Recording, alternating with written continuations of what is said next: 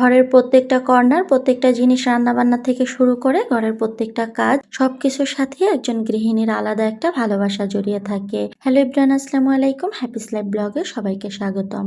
এই জিনিসগুলো আমার কাছে অনেকদিন আগ থেকেই ছিল। অনেকদিন ধরে ভাবছিলাম এগুলো দিয়ে ছোট্ট একটা কর্নার সাজাবো, কিন্তু বাসায় তেমন কোনো জায়গা নেই যেখানে আলাদা করে একটা কর্নার করা যায়। তাই শেষ পর্যন্ত টেবিলের পাশের এই ছোট্ট জায়গাকে বেছে নিলাম।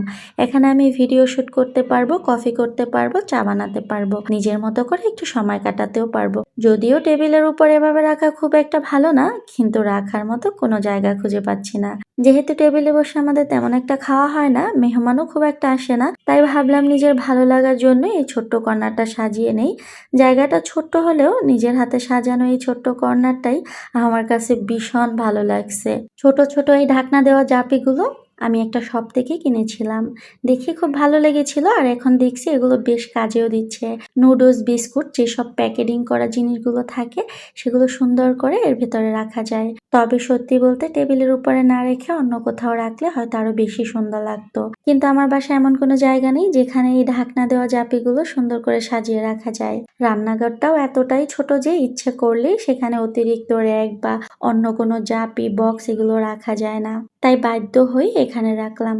তবে জানেন, এখানে রাখার পরে কিন্তু একদম খারাপ লাগতেছে না, বরঞ্চ বেশ ভালোই লাগতেছে। কর্নারটা গুছানোর পরে ভাবলাম একটু রং চা খেয়ে নেই। রং চা আমার ভীষণ পছন্দ, আর এভাবে চাল ভাজা দিয়ে রং চা খেতে আমার কাছে ভীষণ ভালো লাগে। মায়ের হাতে কত যে এই চাল ভাজার চা খেয়েছি, ছোটবেলাকে মনে করিয়ে দেয়। প্রায় সময় ক্ষুধা লাগলে অন্য কিছু না খেয়ে বলতাম চাল ভাজার চা করে দাও, সেগুলোই খাবো। আর এদিকে রান্নারও সময় হয়ে গেছে, তাই আজকে কই মাছ ভুনা করব। কই মাছ আমার পছন্দ, তবে তরতাজা কই মাছ রান্না করে খেতে বেশি ভালো লাগে। ফ্রিজে রেখে সেই মাছ খেতে আমার কাছে তেমন একটা ভালো লাগে না। যে কোনো বড় ধরনের মাছ একটু ঝাল ঝাল হলে খেতে ভালো লাগে, কিন্তু আমি তেমন একটা ঝাল দিতে পারি না বাচ্চাদের জন্য।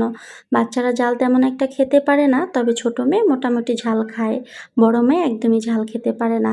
মাছগুলো ভুনা করে নিলাম, তো ভাবলাম শুধু এই মাছ ভুনা দিয়ে আমি খেতে পারবো না, সবজি খেতে আমার কাছে খুব ভালো লাগে। তাই বাচ্চাদের বাবাকে বললাম আমার জন্য সিসিঙ্গা নিয়ে আসো, আমি চিংড়ি মাছ আলু দিয়ে ঝোল করব। যেই বলা সেই কাজ, বাচ্চাদের বাবা নিয়ে আসলো, আমিও কাটাকাটি করে তারপরে রান্না করা শুরু করে দিলাম।